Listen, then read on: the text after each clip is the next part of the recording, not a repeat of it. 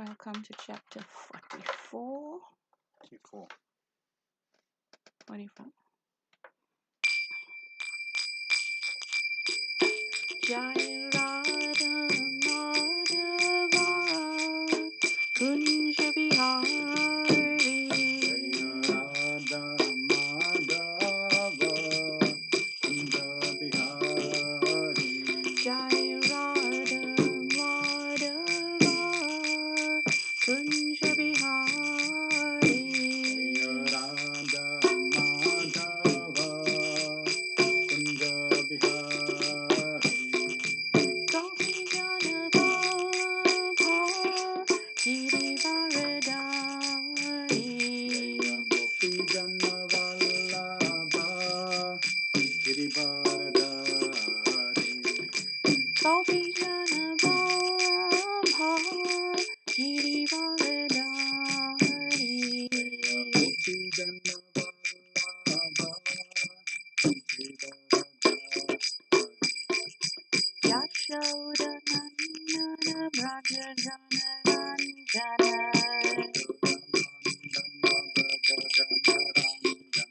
Yashoda Nandana Braja Jana Ranjana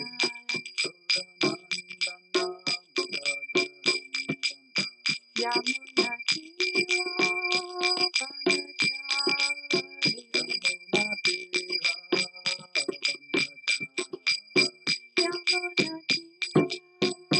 Vanachari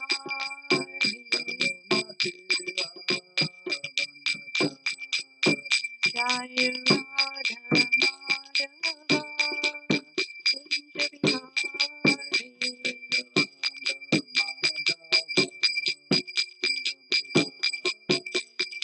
Gopi Jana Vallabha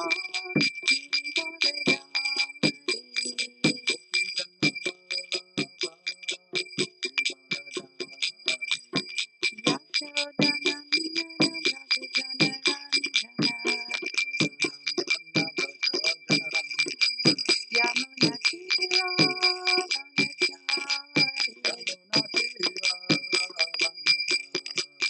Jai Radha Madhava Kunja Bihari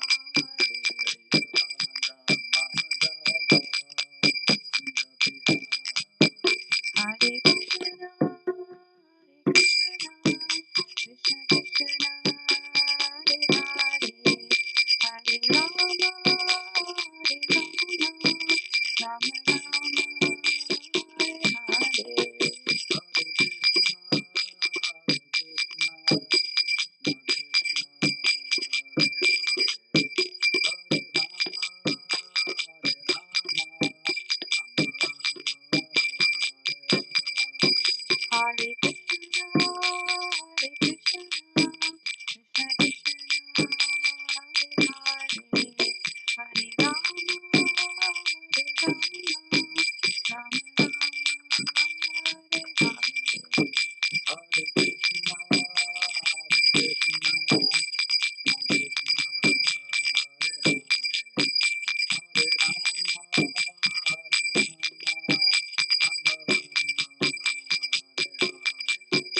Hare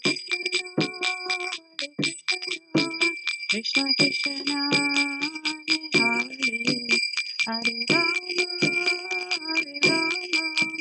Rama Rama, Hare Hare.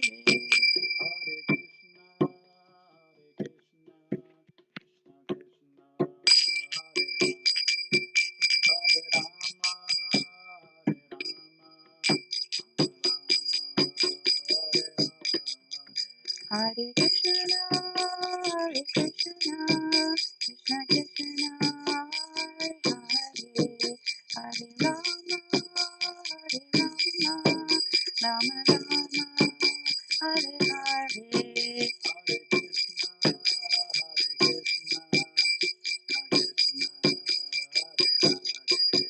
Hare Rama, Rama Rama, Hare Hare. Hare Krishna, Krishna Krishna, Hare Hare, Hare Rama, Rama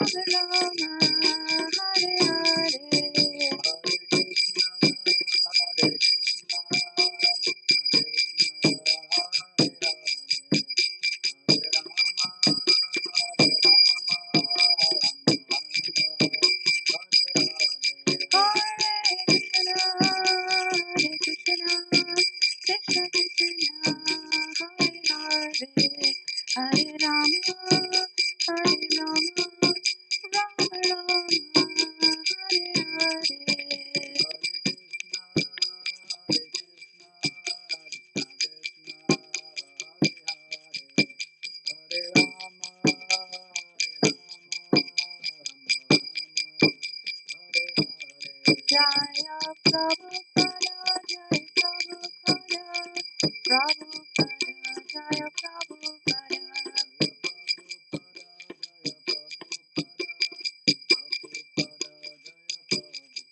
Jaya Jaya Prabhupada, Prabhupada, Jaya Prabhupada.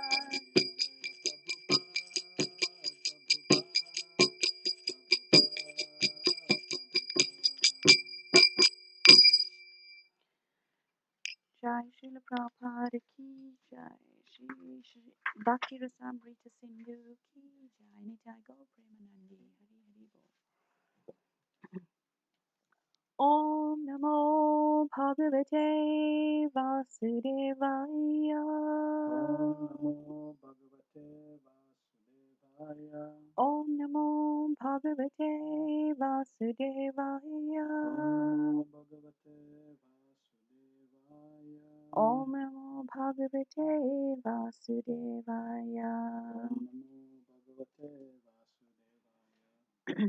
So welcome to chapter 44 of the Nectar of Devotion. After some time, we are resuming these classes, and we hope that you are all in the loop. So let's recite the prayers to the six Goswamis.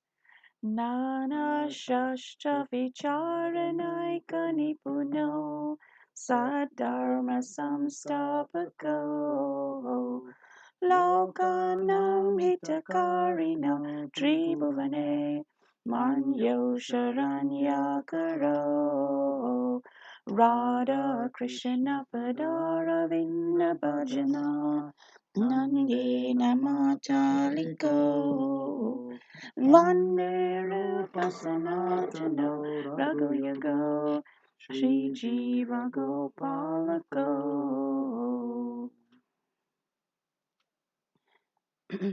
Offer my respectful obeisances unto the six Goswamis, namely Sri Sanatan Goswami, Sri Rupa Goswami, Sri Raghunath Bhatta Goswami, Sri Raghunath Das Goswami, Sri Jiva Goswami, Sri Gopal Bhatta Goswami, who are very expert in scrutinizingly studying all the revealed scriptures with the aim of establishing eternal religious principles for the benefit of all human beings. Thus, they are honored all over the three worlds, and they are worth taking shelter of, because they are absorbed in the mood of the gopis and are engaged in the transcendental loving service of Sri Sri Radha and Krishna.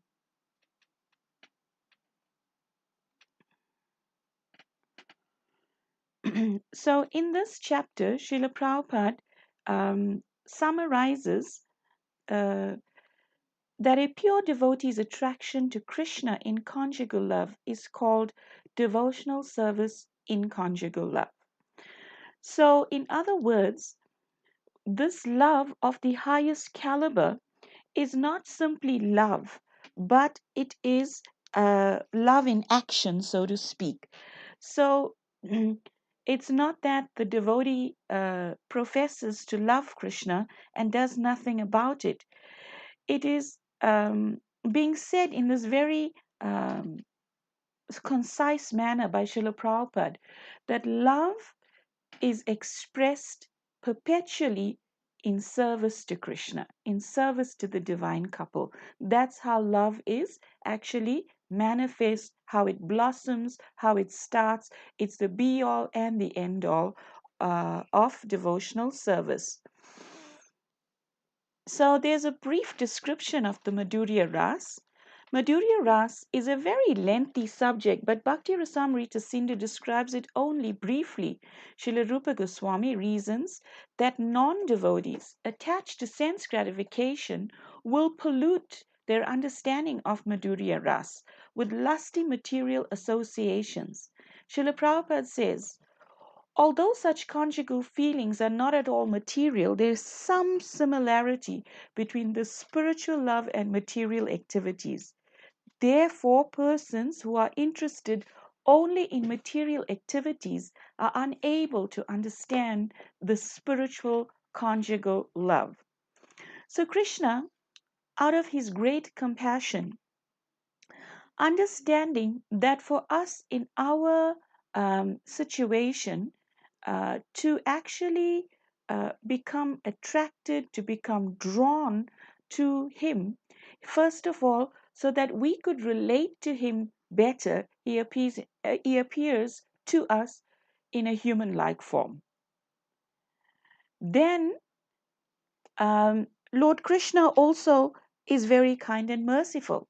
His activities are transcendental, yet they have some semblance of activities in the material world.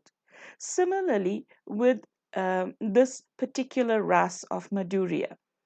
Madhurya ras is a confidential and mysterious subject. Consequently, it is not discussed very openly. These devotional reciprocations appear very mysterious to them. Srila Rupa Goswami therefore describes conjugal love very briefly. So, what Srila Rupa Goswami does in this book is that he gives us a very brief glimpse of this highest rasa.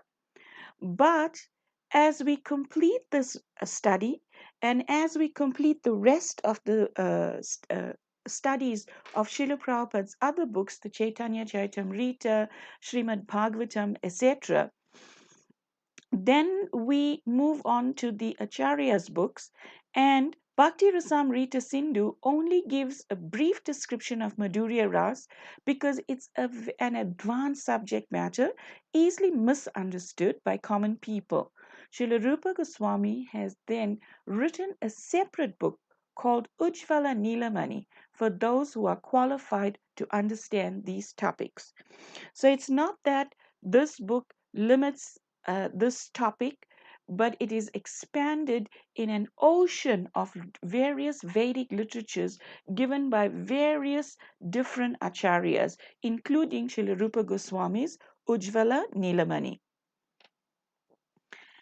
In Madhurya Ras, Sri Krishna is Vishaya Alambana and the gopis are Ashraya Alambana. Srila Prabhupada explains the impetuses of conjugal love are Krishna and his very dear consorts, such as Radharani and her immediate associates. So, Lord Krishna, he has no rival. No one is equal to him and no one is greater than him. His beauty is also without any rival, and because he excels all others in pastimes of conjugal love, is the original object of all conjugal love. So Krishna's form is the be all and end all of attractiveness, hence his name is Krishna. He is the fountainhead of all rasa, and thereby he is known as Rasaraj, the king of all rasas. So Krishna's qualities in the Govinda in the Gita Govinda by Jayadev Goswami, one gopi tells her friend, Krishna is the reservoir of all pleasure within this universe. His body is as soft as a lotus flower, and his free behavior with the gopis, which appear exactly like a young boy's attraction to a young girl, is a subject matter of transcendental conjugal love. Because of their deep love for Krishna, the gopis will give this description that his body is as soft as a lotus flower.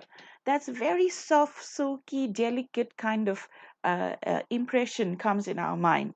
However, when Chanur and Mustika when they encountered Krishna's body, when the various demons, various asuras in Vrindavan and in Mathura, when they had to encounter Krishna's body, his body was as hard as a thunderbolt. It was like an invincible mountain that they were now finding themselves to be fighting against. So, but for the purpose of Madhurya Ras, Krishna's body appears as soft as a lotus petal. The devotee as a stimulus for conjugal attraction.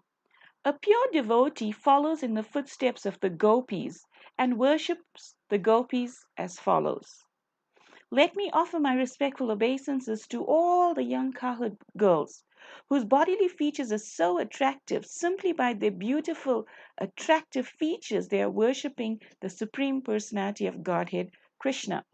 So you have heard time and time again that the constitutional position of us, Jiva Atmas, is Jivera Swarup Hoy Krishnera Nityadas. Now, what happens when a person or a devotee is in the conjugal rasa? How does, or if we heard in Vatsalya Ras, the position of mother of Krishna is taken, it's never vacant. So when we are uh, inclined to that Vatsalya Ras, we become servants or helpers of these original servants of Krishna in that particular rasa. Like Dhanista, Krishna's cousin, she is Mother Yasoda's assistant. She's a little bit elder, and she's like an elder girl, and she is an assistant in the Vatsalya rasa. Now, in the Madhurya rasa, if a devotee is a manjari or is in this particular rasa, when they when they uncover their original position or their Swarup Siddhi, as the introduction of Bhagavad Gita mentions, then what happens? It's explained that a pure devotee follows in the footsteps of the gopis and worships the gopis.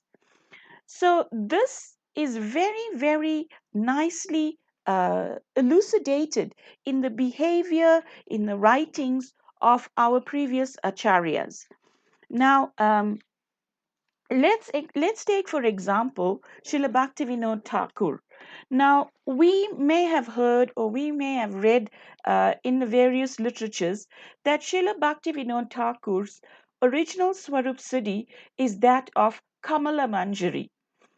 And Kamala Manjari, what is her prayer? So Srila Bhaktivinoda Thakur has written many songs, many literatures that express guidance or give us a sort of drop in the ocean of the mindset of someone in this particular ras. For example, in his Gita Mala Sadila Lasha verses, he writes that in my divine form of perfection in the transcendental abode of Goloka, I will be waiting in a solitary cottage, remaining absorbed in the blissful remembrance of Sri Radha's lotus feet.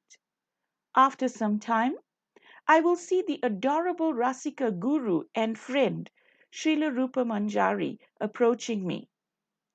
Charmed and overwhelmed in some special joy, she will say to me with excitement, "Oh, dear friend, what are you doing sitting here? Come outside and see. Your cherished dream has now come true." And that beautiful kunj decorated with flowers, Sri Radhika and Krishna, the divine couple, are now having their wonderful ecstatic pastimes. These love spots are flooding everyone and everything with ambrosial ecstasy. Come with me. I will take you there to serve them, and you will become an eternal maid servant at their lotus feet.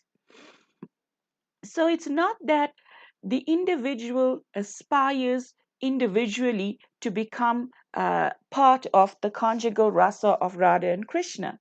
No, one accepts the mood that Lord Chaitanya Mahaprabhu teaches us, that das anudas anudas anudas anudas, and thereby eternally accepting this mood, one simply hankers and desires, develops lobha, greed for this kind of service in the groves of Vrindavan.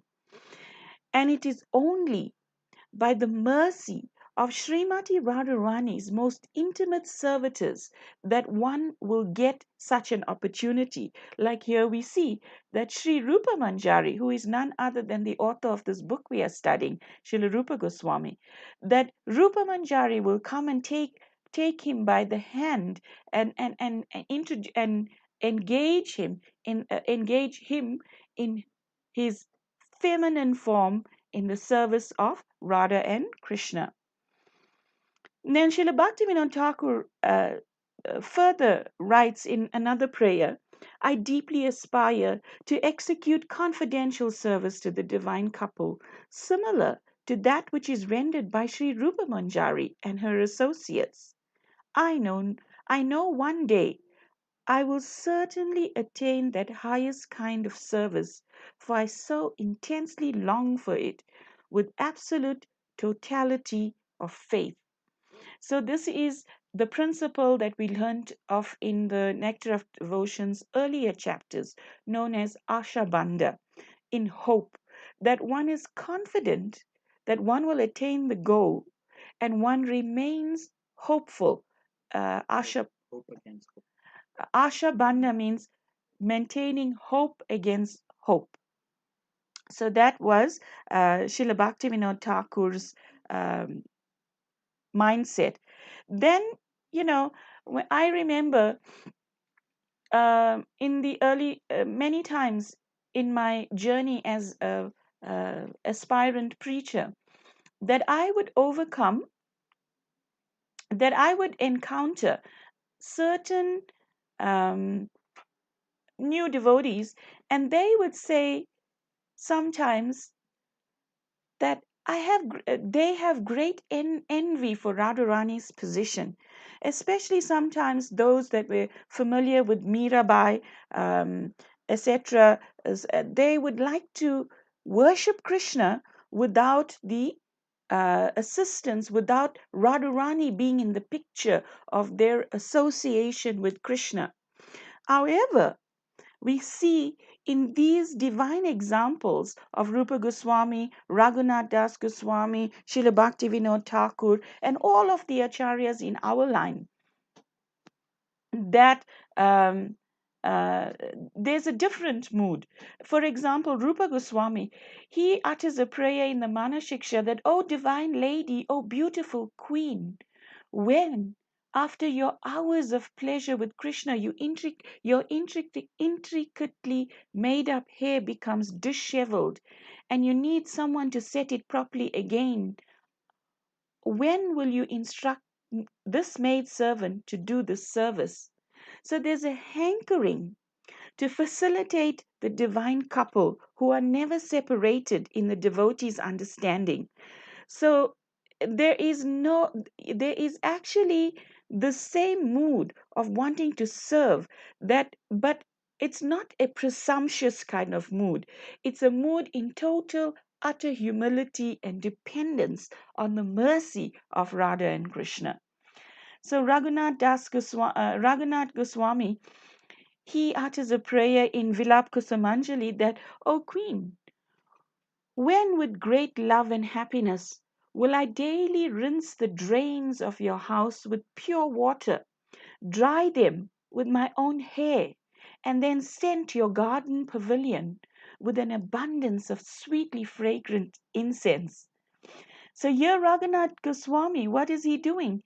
He's meditating on serving the divine couple in the conjugal ras, but in what a menial way, of using his hair, him in his manjari form with long hair, her hair, to actually wipe the drains in Radharani's house and then send the seat or the pavilion where Radha and Krishna will come and sit and engage in very nice pastimes and conversations.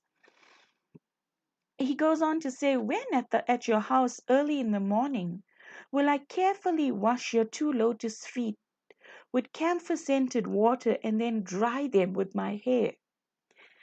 So, in his Manjari form, he's meditating on washing the lotus feet of Krishna, on washing the lotus feet of Srimati Radharani, and with the utmost love, offering every bit of herself. This Saki is desiring to actually, this Manjari is actually desiring to cleanse those two lotus feet with the hair. So, hair is generally some, on the material level, is on the head, which is like a symbol of pride. You know, you hold your head up high. So people are very proud of their hair. So they, but in Vaishnav circles, in religious circles, the head is bowed in submission. And what to speak of the head? The hair is such an attachment for the living entity. But here we see that in total surrender, the Manjari is wishing to actually use her hair in such a manner. So, this is like such a nice meditation that Prabhupada says the pure devotee follows in the footsteps of the gopis and worships the gopis. So, the mood is always to be a facilitator of the servant of the predecessor gopis. The best devotee in the Madhurya Ras. So, out of all the young gopis, Srimati Radharani is the most prominent. So Radharani's group of friends extends to something like 64 million gopis. So she has many friends, but who are all actually her partial expansions for for the pleasure, the Ladini Shakti, to bring pleasure to the divine couple. However, Srimati Radharani is the topmost. Srimati, and this is a constant feature. We'll come across this in the rest, in the depth of this chapter again, that how she remains the topmost. Srimati Radharani's beautiful form, her eyes defeat the attractive features of the eyes of the Chakori bird. When one sees the face of Radharani, he immediately hates the beauty of the moon. Her bodily complexion defeats the beauty of gold. Thus, let us all look upon the transcendental beauty of Srimati Radharani. So it's explained that when Krishna was growing up in Braj, uh, he before he met Srimati Radharani, of course we know they met when she was just newly born and her eyes were sealed, and we know the pastime of how Krishna went and Radharani then found reason to open her eyes to behold his beautiful lotus-like face. But thereafter, the both families never met for a long time. So Krishna would hear about King Vrishabhanu's daughter being the epitome of beauty. And when him and the cowherd boys would go about their cowherd duties, they would look to see if from the pathway of Vrishabhanu's house, if they could get a glimpse of this beautiful girl. And the first time when Krishna saw Radharani, it's explained that he fainted in ecstasy. He was like so stunned by this beauty. It's explained that Radharani and the gopis, they would play a game of hide and seek. And they would hide in the same place. Radharani especially, she found a cave, and she would hide in that cave, and no one will be able to catch her. So day after day, she would hide in this cave, and she would become like triumphant in this game of hide and seek because nobody knew her hiding spot. Well, at least none of the gopis knew.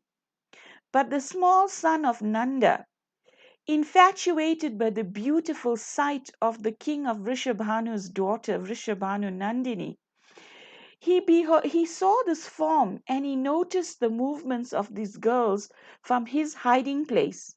And he knew that every day this beautiful girl was hiding in this particular cave. So one day he went into this cave and he hid there. Now, caves are very dark. So Srimati Radharani felt very safe that nobody could see her bright golden form by her hiding in this dark cave. But one day, when she was hiding in this cave, she saw two very beautiful lotus shaped jewels shining in her cave while she was hiding.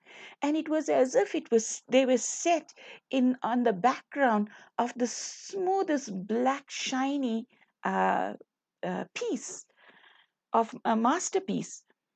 So Srimati Radharani decided to touch them.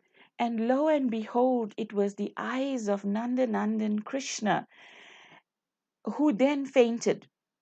Then Srimati Radharani, she realized, oh, this is actually a form. This is not these are not gemstones in the shape of lotus petals. Then she realized, oh, this darkish form must be the form of Yasodanandan Krishna. And now he fainted. So she quickly left the cave, called out to the girls, game over.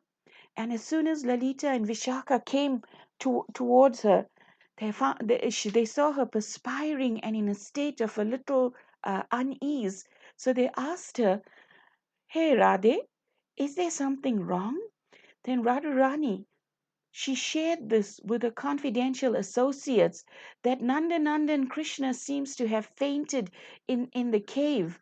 Can we stop? We have to stop this game now, therefore, and go home early and make arrangements for someone to take him back to Yasoda's house so that he could be taken care of and recover from his fainting. So that's how beautiful Srimati Radharani is, that when Krishna saw her at close range, he fainted immediately. He is the all attractive, we heard in the Nectar of Devotion. He's Madan Mohan, but she is Madan Mohan Mohini, the attractor of Cupid. That's how beautiful she is. Eyes defeat the all attractive feature. Okay, we read that.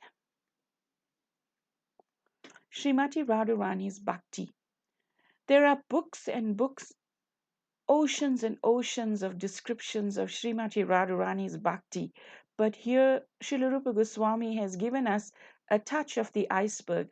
Krishna's attraction for Radharani is described by Krishna himself thus. He says, when I create some joking phrases in order to enjoy the beauty of Radharani, Radharani hears these joking words with great attention, but her bodily features encounter words, she neglects me, and I even possess unlimited pleasure by her neglect of me. For she becomes so beautiful that she increases my pleasure 100 times. So when Radharani enters the mood of man, or so-called neglect of Krishna, Krishna's love for Radharani becomes more enhanced because now it's a challenge for him to somehow try to break that man, to break that mood of anger or neglect that she is supposedly posing towards him.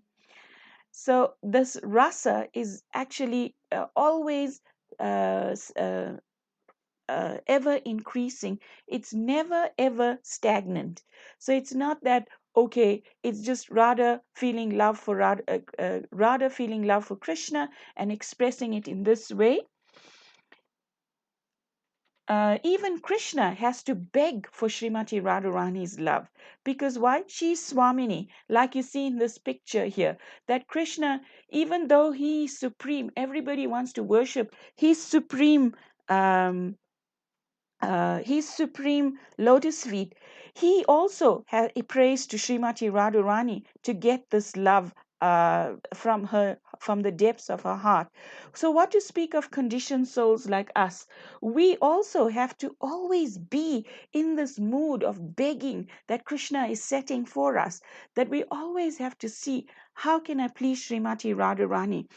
You may have heard that Prabhupada in his Radha Astami lecture expresses that if you give a flower to Srimati Radharani and she says to Krishna, oh, here is a flower from a very nice devotee, on the basis of her recommendation, Krishna will take notice of us. Otherwise, there's no chance. To go through Srimati Radharani to Krishna is the greatest of gifts we could give ourselves. So, Krishna's devotion for Srimati Radharani. A similar statement can be found in Gita Govinda, wherein it is said that when the enemy of Kamsa, Sri Krishna, embraces Srimati Radharani, he immediately becomes entangled in a loving condition that he gives up the company of all other gopis. So we may have read that how in the 10th canto of the Bhagavatam, it is explained there by Srila Sukadev Goswami, how despite Krishna being in the Ras Leela of so many millions of gopis, he preferred the company of Srimati Radharani, and thus he left taking her with him. So Srimati Radharani's her whole being, her behavior, her love is a udipan that stimulates Krishna's love. It's a stimulant for Krishna's love. It impels love for Krishna. What to speak of just her love, her form, her behavior, her words, her neglect?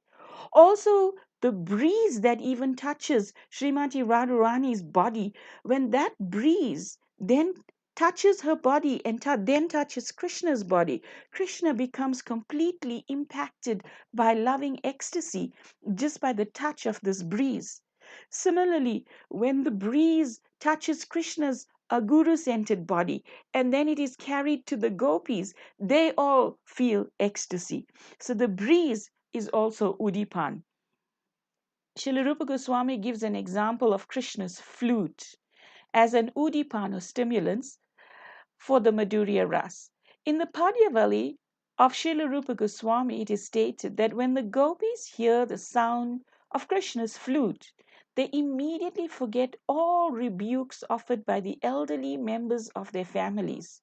They forget the defamation and the harsh behavior of their husbands. Their only thought is to go out in search of Krishna. So the flute sound of Krishna, especially the fifth note, when Krishna plays the fifth note on his flute, it is such a stimulus. It is such a draw it draws the depth of love from the listener's heart that one does not care for social norms of what the husbands are going to say, what the mother-in-law is going to say, what society is going to say.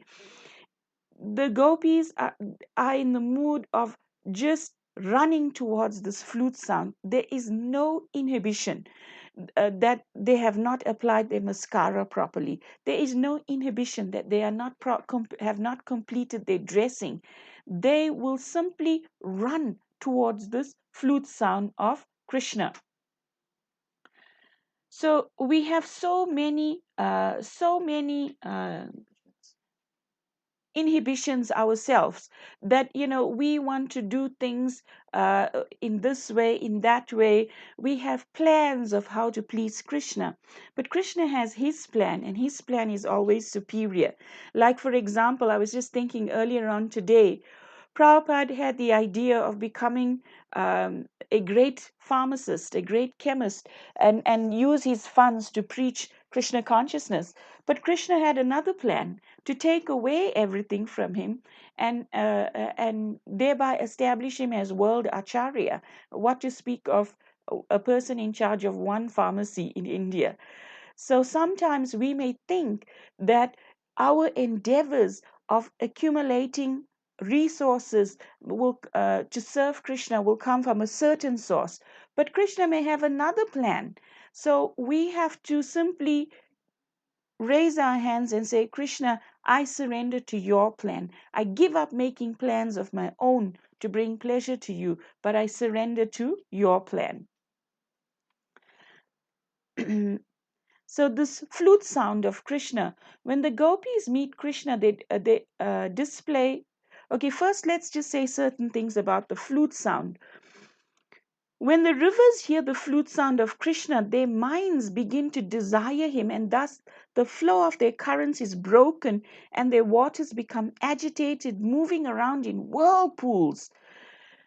When then, with the arms of their waves, the rivers then embrace Murari's lotus feet, and holding on to them, they present offerings of lotus flowers growing in their waters. So this is the effect of the Krishna's flute sound. Then Krishna's flute sound written, these are different prayers written by different acharyas. Oh friend, Vrindavan is spreading the glory of earth, having obtained the treasure of the lotus feet of Krishna, the son of Devaki. The peacocks dance madly when they hear Govinda's flute, and when other creatures see them from the hilltops, they all become stunned. So Krishna's flute sound has an effect not only on the gopis but all of the Vrajavasis, all of the inhabitants of Vrindavan. Some of them become stunned. The peacocks start to dance madly. Normally, the peacocks are very proud of their dancing and they're quite methodical. But when Krishna's flute sound enters their ears, their dancing becomes maddened. O mother, in the forest in this forest, all the birds have risen onto the beautiful branches of the trees to see Krishna. With closed eyes, they simply listening in silence to the sweet vibrations of Krishna's flute, and they're not attracted by any other sound. Surely these birds are on the same level as great sages. So these are the gopis speaking, and they're expressing how these birds in the forest of Vraja, they go into the highest branches, they quietened themselves. So normally, as conditioned souls, our mind is so noisy with desires of hankering, lamenting, wanting this, wanting that, not having this, not having that. So, so what happens is that this flute, it is so incredible, this flute sound, that these birds, because they have stilled themselves, they've quietened themselves from all desires, etc., they're experiencing a type of silence, and thereby they're only open to the vibrations of Krishna's flute. And that is their great fortune, that it puts them on the level higher than the great sages. Then Srimati Radharani says, Oh girls, the son of Nanda who gives joy to the distressed bears, his name is Dinabandhu, he gives joy to the distressed, bears steady lightning on his chest and has, that's the Srivats mark, and has a smile like a jeweled necklace. So generally a necklace, it has a curvature, not a it's a concave, not a convex. So by smiling, you see a person's face becomes the smile is concave, just like that of a necklace, jeweled necklace. Why jeweled necklace? Because Krishna's teeth resembles the jewels. It's effulgent, it's tinted with beetle and pearls that are tinted with beetle nut, having a reddish tint. So these so-called jewels of Krishna's teeth, they put even a necklace to shame, a jeweled necklace. Now, please hear something wonderful. When he vibrates his flute, Vraja's bulls, deers, and cows, standing in groups in great distances, are all captivated by the sound, and they stop chewing the food in their mouths and cock their ears. Stunned, they appear as if asleep or like figures in a painting. So they will stop, the cows, happy cows are always chewing. So even when they hear Krishna's flute, which is very holy, then they become very, very enamored by the sound. This flute is a very, very special type of devotee. It has got so many holes. You want to say something about the flute? So the devotees of Vrindavan, they envy the flute. Mm. And why? Because the flute is always touching the nectarian lips of Krishna. And the description of the flute is very instructive for us. The flute is holy. That means completely hollow. There is no, it's completely transparent. You can see. So a devotee should be completely transparent. We should not have any obstacles in our consciousness. We should be clear. We should be transparent. There's also, it's straight. Devotee is always straight. He's not crooked. He's not diplomatic. Devotee is always straight. And we know the pastime of how Krishna creates the flute from the bamboo and has to cut holes. So when a devotee surrenders to Krishna and allows Krishna to cut him, to mold him in whichever way Krishna wants for his pleasure, that gives Krishna the greatest pleasure. And in this way, we can be inspired by Bhakta flute on how to dedicate our life completely in the hands of Krishna and allow Krishna's breath, allows Krishna's consciousness, Krishna's desire to flow completely through him. And in this way, resonate beautiful sounds. Krishna will allow us, Krishna's ability will allow us to act. So the cows, they actually respond to Krishna's flute sound. Flute melodies is described in these words: pretending to be the music of the flute placed to Krishna's mouth, a shower of nectar falls. With the tongues of their ears, the cows drink the shower of nectar. Their actual tongues are stunned. They have stopped eating grass and they openly thought, "What is this? What is this? What is that? What is that?" The gopis say that by hearing the melodies of Krishna's flute, we gopis attain a condition like that of the cows when they hear Krishna's flute. Still, there is a difference between us and the cows. The cows respond by gazing in Krishna's moon-like face at every moment. We gopis cannot gaze at Krishna's face in that way. And in what yuga will we be able to always gaze at his loving face? By playing melodies on his flute, Krishna enchants and attracts the various forest creatures. It is said that when Krishna plays his flute, the birds and the beasts of the forest all become enchanted. So, this is the effect of Krishna's flute. When the gopis meet Krishna, the display of their exchanging glances, as well as their joking and laughing behavior, is called anubhava, or sub ecstasy in conjugal love. For example, in the Lalita Madhav, Rupa Goswami explains the movements of Krishna's eyebrows are just like the Yamuna, and that the smiling of Radharani is like the moonshine. When the Yamuna and the moonshine come in contact on the bank of the river, the water tastes just like nectar, and drinking it gives great satisfaction. It is as cooling as piles of snow. So there's no enmity in any pure devotee who is now qualified to be in this rasa. They are not thinking, how nice if I was in this position. No, rather they are thinking how enhanced, how complete Radha and Krishna are when they are together, like the Yamuna with the moon beams on its waves. Similarly, in the Padya Valley, one constant companion of Radharani says, "My dear moon faced Radharani, your whole body appears very content, yet there are signs of tears in your eyes. Your speech is faltering, your chest is also heaving. By all these signs, I can understand that you must have heard the blowing of Krishna's flute, and as a result of this, your heart is now melting." So no gopi can actually hide the effects of hearing the blowing of this flute. Srimati Radharani cannot even pretend that she has not heard this, because immediately her eyes well up with tears of love. She becomes so saturated with Krishna Prem that even her speech starts to falter. Srila Rupa Goswami explains in Vyabhichari Bhav that all 33 Vyabhichari Bhavs are appropriate in Madhurya Ras, with the exception of two, laziness and ferocity. However, there are some cases where even laziness and violence may become appropriate. Laziness may be present at the end of conjugal pastimes.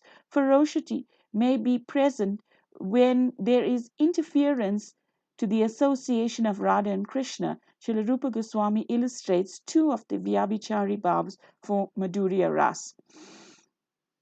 So, Madhurya Ras is very complete, nothing is missing. All the bhavs that are meant to be experienced are already present in it. Radharani, Srimati Radharani said, my dear, in disparagement, my dear Cupid, please do not excite me by throwing your arrows at my body. My dear Mr. A, please do not arouse me with the fragrance of flowers. I am now bereft of Krishna's loving attitude, and so, under the circumstances, what is the use of my sustaining this useless body? There is no need for such a body by any living entity. So all things beautiful become paltry in the eyes of one who experiences Krishna Prem. Srimati Radharani is here expressing that in disparagement, that what is the use of fragrance of flowers, which is normally bringing a lot of pleasure to the individual. But if Krishna is out of the equation, there is no rasa, there is no enjoyment in anything. What to speak of even inhibiting this material body? We remember how in the Brahma Samhita, the gopis, they curse Brahma for making defective eyelids, that in one nisha or in one blink of an eye they are deprived of seeing, beholding the beautiful form of Krishna. So then we go to Harsha, jubilation. Srimati Radharani says, this clever boy of the forest has the beauty of a bluish lotus flower, and he can attract all the young girls of the universe. Now, after giving me a taste of his transcendental body, he has enthused me, and it is more than I can tolerate. I'm now feeling like a female elephant who has been enthused by a male elephant. So, Krishna is such a stimulus that to behold him, to think about him, to remember his pastimes, he can actually excite the jiva in such a great extent. Previously, in the Southern Ocean, Srila Rupa Goswami describes that the Madhurya Rati is the Sthai Bhav of Madhurya Ras. The characteristic of Madhurya Rati is that it incites 8 kinds of desire for the union with Krishna or Sambhoga. Srila Prabhupada mentions this. The steady ecstasy of conjugal love is the original cause of bodily enjoyment.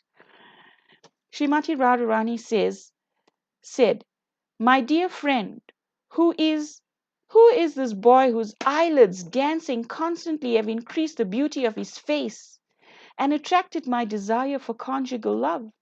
His ears are decorated with buds of ashoka flowers, and he has dressed himself in yellow robes. By the sound of his flute, this boy has already made me impatient. This illustrates how Madhurya Rati incites Sambhoga, the impatient desire to meet with Krishna in conjugal love. Can you imagine a person standing in this threefold bending form and sort of cocking their head towards you and sending these sidelong glances?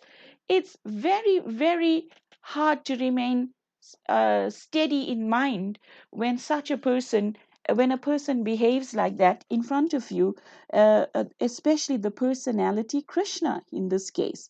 He's the all attractive personality, and some of the things that uh, incite the love or draw the hearts of his topmost uh, devotees towards him is his beauty, the way he is, the blowing of his flute, the fluttering of his eyes, the way he dresses himself.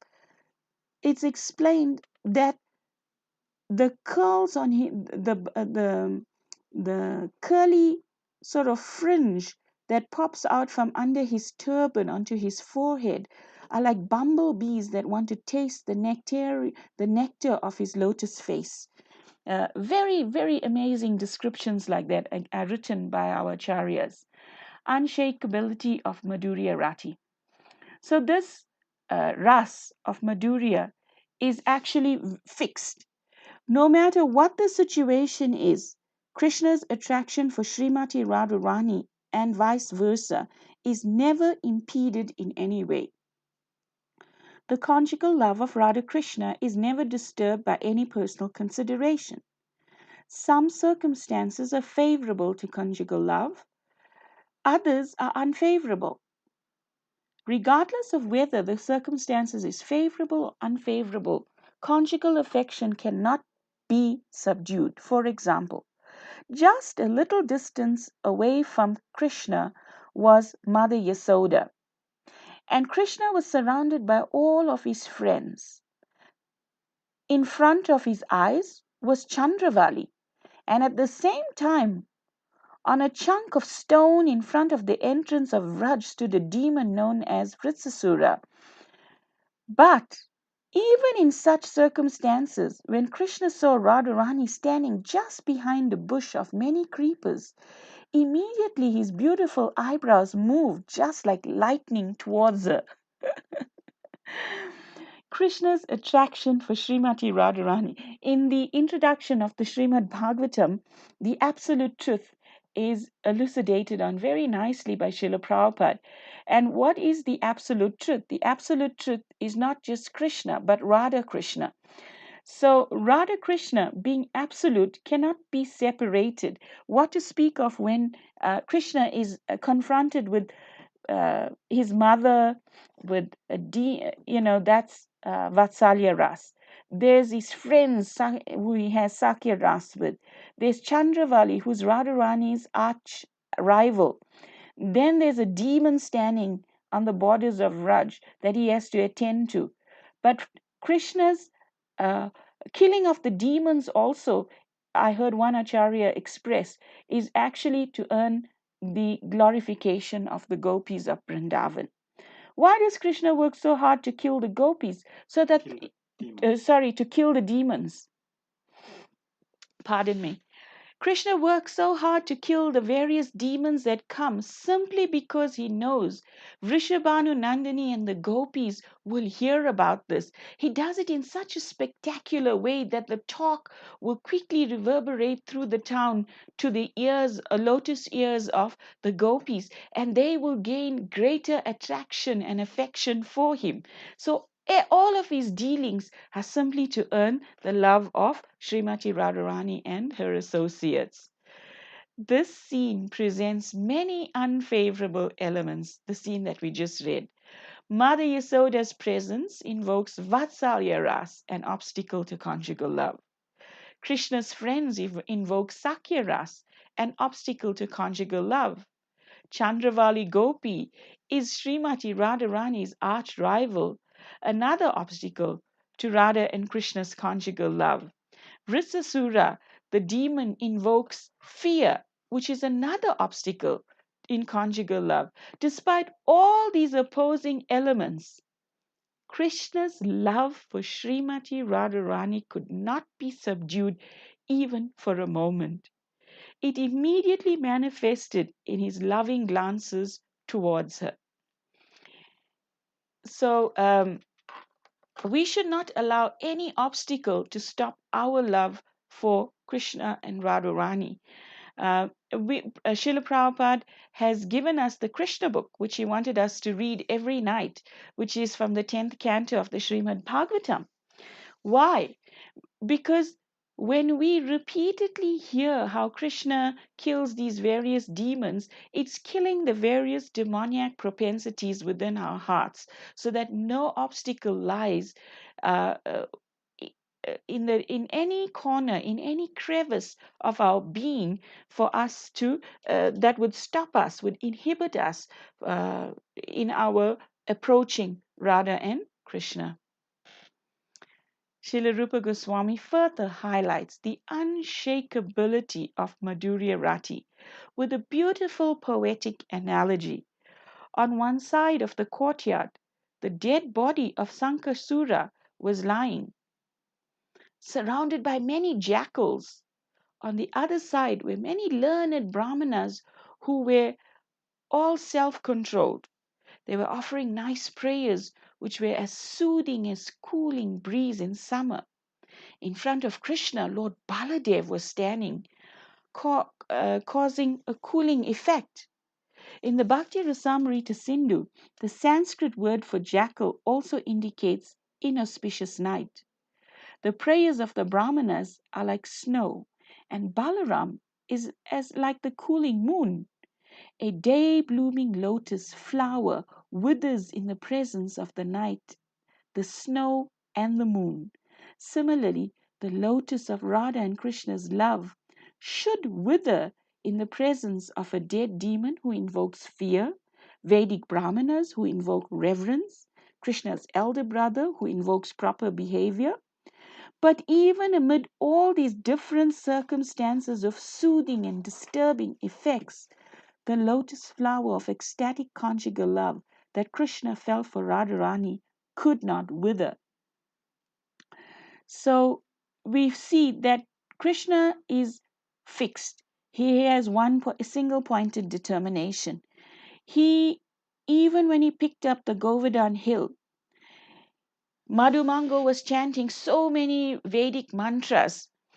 Balaram was there, the elders of Vrindavan were there, Nanda Maharaj, Upananda, Krishna's uncles, they were all right next to Krishna, holding their sticks up to also help him to hold the hill up.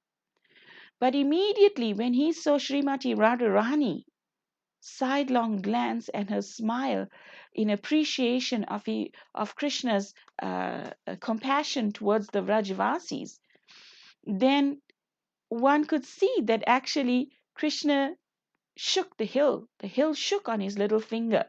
Pure love, we find, is actually beyond all rules, logic, argument, morals, just like in this situation that Srila Rupa Goswami explains.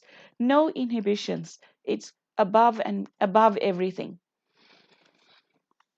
So separation and meeting. Srila Rupa Goswami classifies separation and meeting in the Madhurya Ras somewhat differently than the other rasas.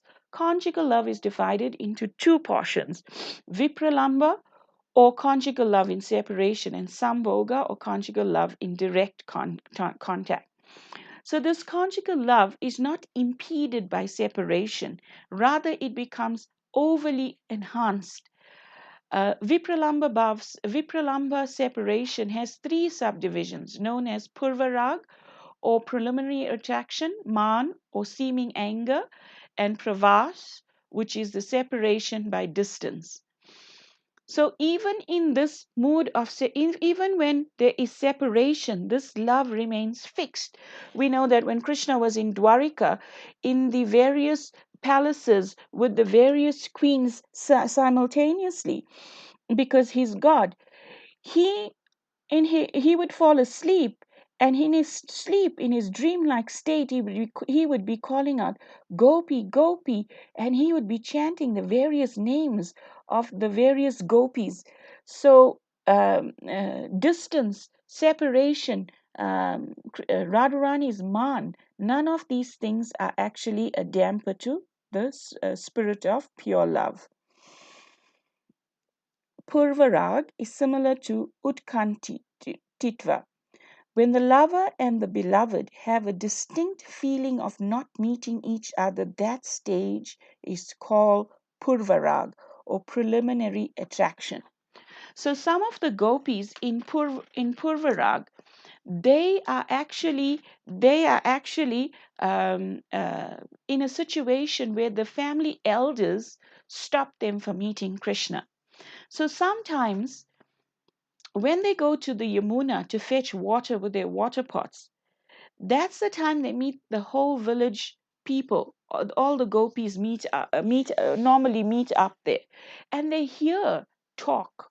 So a gopi in Purvarag will hear the other gopis speaking um, of how they met Krishna, and different pastimes, Krishna's look, Krishna's reciprocation, Krishna's dealings with them.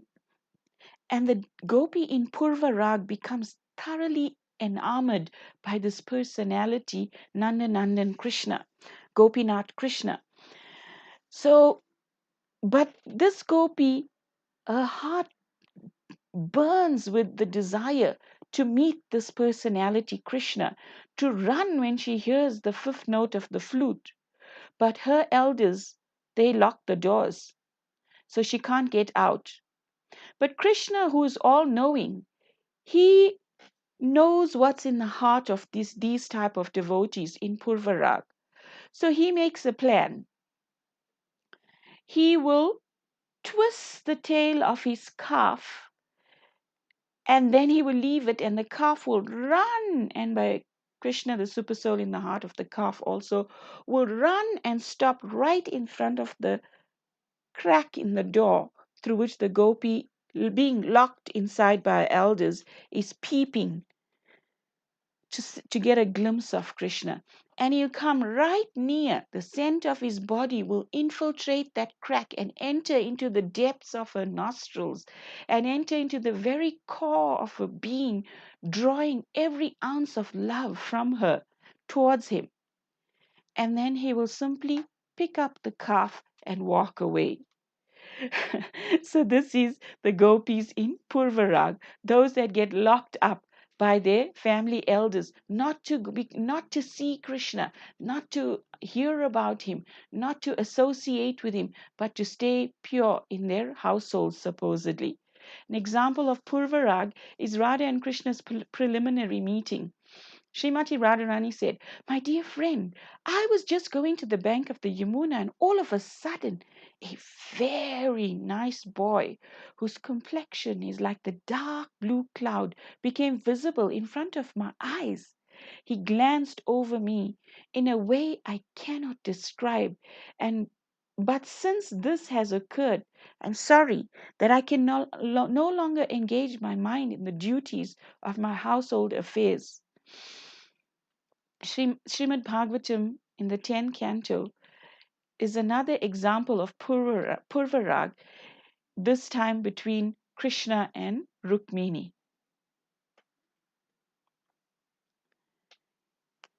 When Srimati Radharani saw Krishna enjoying himself in the company of several other gopis, she became a little jealous because her special prestige was being dimmed.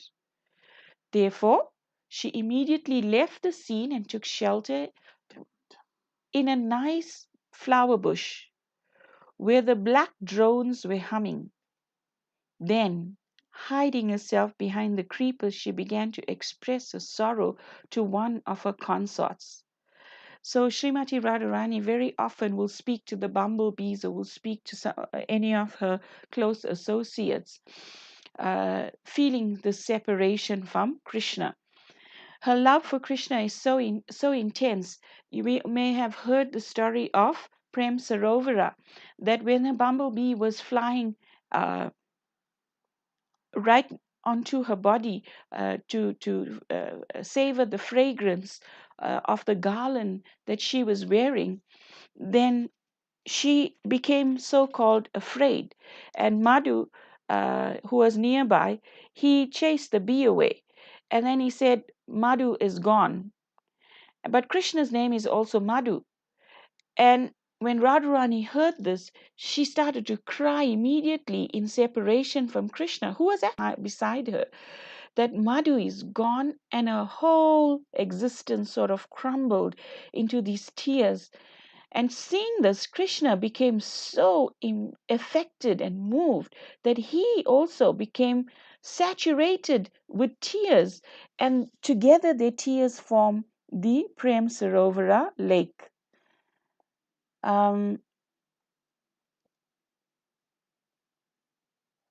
pravasha. Separation occurs when the beloved is in a far away place. The Pajivali illustrates Srimati Radharani's pravas separation from Krishna. Since the inauspicious day when Krishna left for Mathura, Srimati Radharani has been pressing her head on one of her hands and constantly shedding tears. Her face is always wet now, and therefore there's no chance of her sleeping even for a moment. Can you imagine? Last time we heard in the last class of how Mother Yasoda and Nanda Maharaj were in such a state that when Uddhava came to Vrindavan, the first place he went to was Nanda Maharaj's house, Nanda Bhavan, and he saw the condition of Krishna's parents. Now here we are coming across the condition of Srimati Radharani. The Prahlad Samhita illustrates Krishna's pravas separation from Radharani. So Krishna, he also has feelings. The Supreme Personality of Godhead, Govinda, pain-stricken due to being pierced by the arrows of Cupid, is always thinking of you gopis, and is not even accepting his regular lunch, nor is he getting any proper rest. So Krishna, he has his own suffering from separation of these servants of eternal servants of his. So Sambhoga, meeting. When the lover and the beloved come together and enjoy one another by direct contact, this stage is called Sambhog or meeting. So this picture nicely illustrates this, and this picture is commonly known as Lord Chaitanya because Lord Chaitanya is Radha and Krishna together. And how do we actually understand this meeting and separation of Radha and Krishna, or even come close to these feelings, is given to us in a very profound manner within the Mahamantra. So, before I hand over to Nishingananda Prabhu to speak a little about Radha and Krishna's meeting and separation in the Mahamantra, which he so nicely does, in closing, Srila Rupa Goswami thus ends the fifth wave of this ocean of nectar of devotion. He offers his respectful obeisances to the Supreme Personality of Godhead, who appeared as Gopal at the eternal form of the Lord.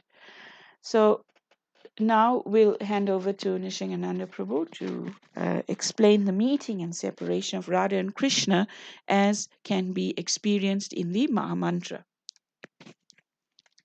So Srila Prabhupada mercifully gave us the Hare Krishna mantra, Hare Krishna, Krishna Krishna, Hare Hare, Hare Rama, Rama Rama, Hare Hare. And Prabhupada also gave us the initial seed as well as the foundation in terms of understanding the meaning of the mantra, the intention behind this mantra. And Prabhupada said that the meaning of this mantra is, O Lord, O energy of the Lord, please engage me in your service. So this is the foundational understanding and meaning of this mantra. We are desiring eternal service to the divine couple. As we surrender more and more to this intention, this meaning of the Hare Krishna mantra, begging for Krishna's and Srimati Radharani's eternal service, we will slowly enter into deeper and deeper understandings of the Hare Krishna mantra. As we heard, that in conjugal love there is meeting and separation. So this meeting and separation is eternally existing in the spiritual world. And by the way, in the spiritual world, as Madri Dasi said, when Krishna twisted the calf's tail and the cow ran, there's no spirit, there's no super soul in the spiritual world. It is Krishna, he's there. No, there's no need for the super soul. Krishna is personally present.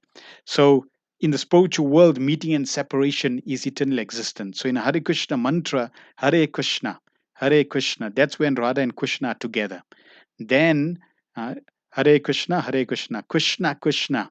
So now Radha and Krishna are separated, and Shrimati Radhavani is calling in separation, Krishna Krishna.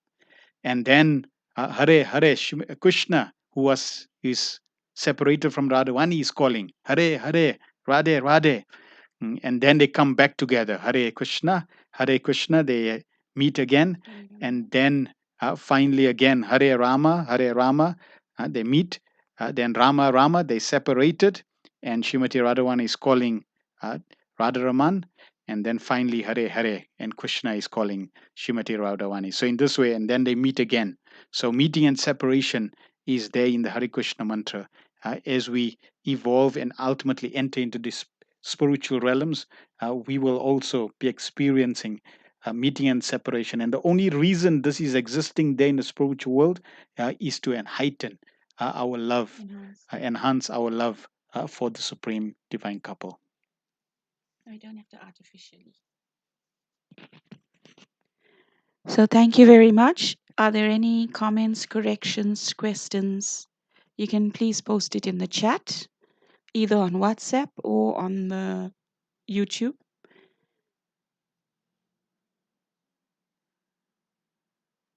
Kartik begins on Friday. So this is the month of Srimati Radharani. We hope to have some katha during this month also, some extra katha. So we'll notify you on the WhatsApp group of what our plans would be, or how we will be able to serve you. Any questions? Thank you. Hare Krishna. Srila Prabhupada ki jai. Srila Rupa Goswami ki jai. Bhakti Rasamrita Sindhu ki jai. Nitai Gaur Premanandi. Hari Hari Bol.